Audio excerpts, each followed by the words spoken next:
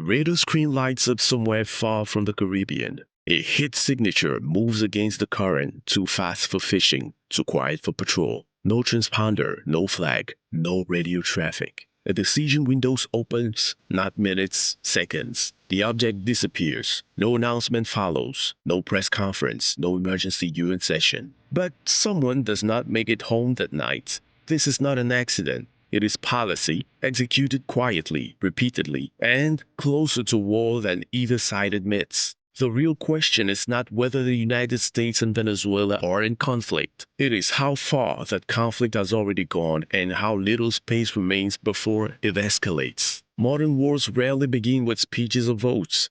They begin with operations framed as enforcement, deterrence, or self-defense. In the Caribbean, vessels are tracked, intercepted, and destroyed. Surveillance aircraft, drones, and naval units operate within overlapping strike ranges, often without direct coordination. Washington calls this counter-narcotics enforcement. Caracas calls it aggression. What matters is not the label, but the pattern. Repeated use of force without consent.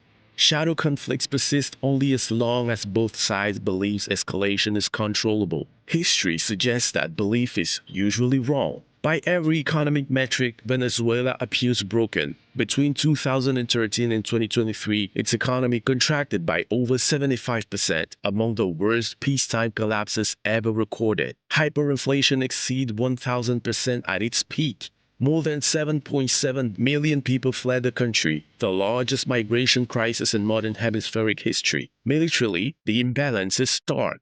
U.S. defense spending, approximately $850 billion annually. Venezuela, roughly $3 to $4 billion, much of it eroded by corruption and decay. And yet, Venezuela still matters, because strategy is not about strength alone. It sits astride key Caribbean transit routes, possesses the largest proven oil reserves on Earth, and functions as a junction point for energy politics, sanctions evasion, and transnational crime. Collapsed states do not disappear, they adapt. As Venezuela's economy collapsed, political power consolidated. The regime survived by reshaping the state around three priorities. Militarization of governance, the armed force were integrated into politics, logistics, and resource distribution. Externalization of survival. Oil exports shifted towards opaque deals and intermediaries designed to bypass sanctions. Weaponization of geography. This was not passive decay, it was authoritarian adaptation. The Caribbean drug trade is a logistics network, not chaos. Venezuela became a preferred transit hub due to weak oversight and state corruption. According to multiple U.S. and regional intelligence assessments, cocaine transited Venezuelan airspace and ports. State-linked actors allegedly provided protection and documentation.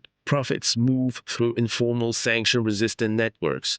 In March 2020, the United States made an extraordinary move. The Department of Justice indicted Nicolás Maduro, a sitting head of states, on charges including narcoterrorism and drug trafficking conspiracy. From that moment, the conflict changed character. Maduro was no longer just an adversary. He became a criminal defendant in U.S. law. The legal framing altered operational behavior. From 2024 onward, U.S. surveillance and interdiction operations intensified. Multiple vessels near Venezuelan waters were destroyed.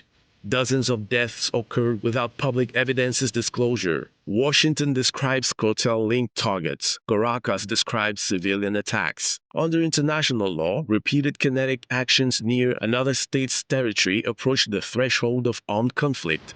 That threshold is not a line, it's a slope, and both sides are moving down it. To Venezuela's east lies Guyana, a small state with over 11 billion barrels of offshore oil. Those discoveries transformed Guyana's economy and reactivated Venezuela's long-standing claim over the Essequibo region, roughly two-thirds of Guyana's territory. Between 2023 and 2024, Venezuela held referendums asserting sovereignty, passed laws annexing the territory on paper, increased military signaling near the border. Guyana responded by internationalizing the issue. The United States conducted joint exercises. Brazil repositioned forces. The International Court of Justice intervened. No invasion occurred. but escalation dynamics were clearly exposed. Technically, the United States will dominate a conventional fight. Air superiority will be rapid. Naval forces will be constrained or neutralized. Command networks will be vulnerable. But Venezuela's doctrine do not aim to win quickly. It aims to raise the cost of victory. Urban density, irregular forces, and politicized militias complicate any post-conflict scenario. History is consistent on this point. Initial military success often precedes long-term instability. Russia, China, Iran, and Cuba do not need direct confrontation. They benefit simply by prolonging instability, increasing U.S. regional commitments, complicating resolution. Even limited support logistics, intelligence, diplomatic cover could stretch a crisis far beyond its opening phase.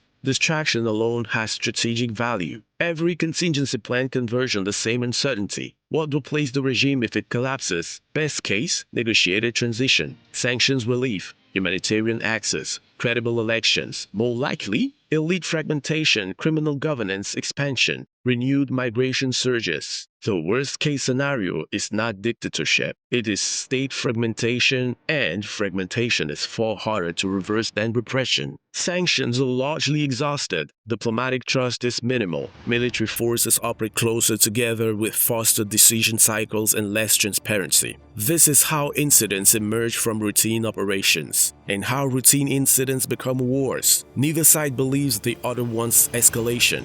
That assumption has preceded most modern conflicts. The United States and Venezuela are not at war, but they are no longer at peace. They exist in a tightening space where law enforcement overlaps with warfare, indictment replaces diplomacy, energy, narcotics, and great power rivalry converge shadow wars and do not announce themselves. They reveal themselves only when reversal is no longer possible, and in the Caribbean, the shadow is gradually shrinking.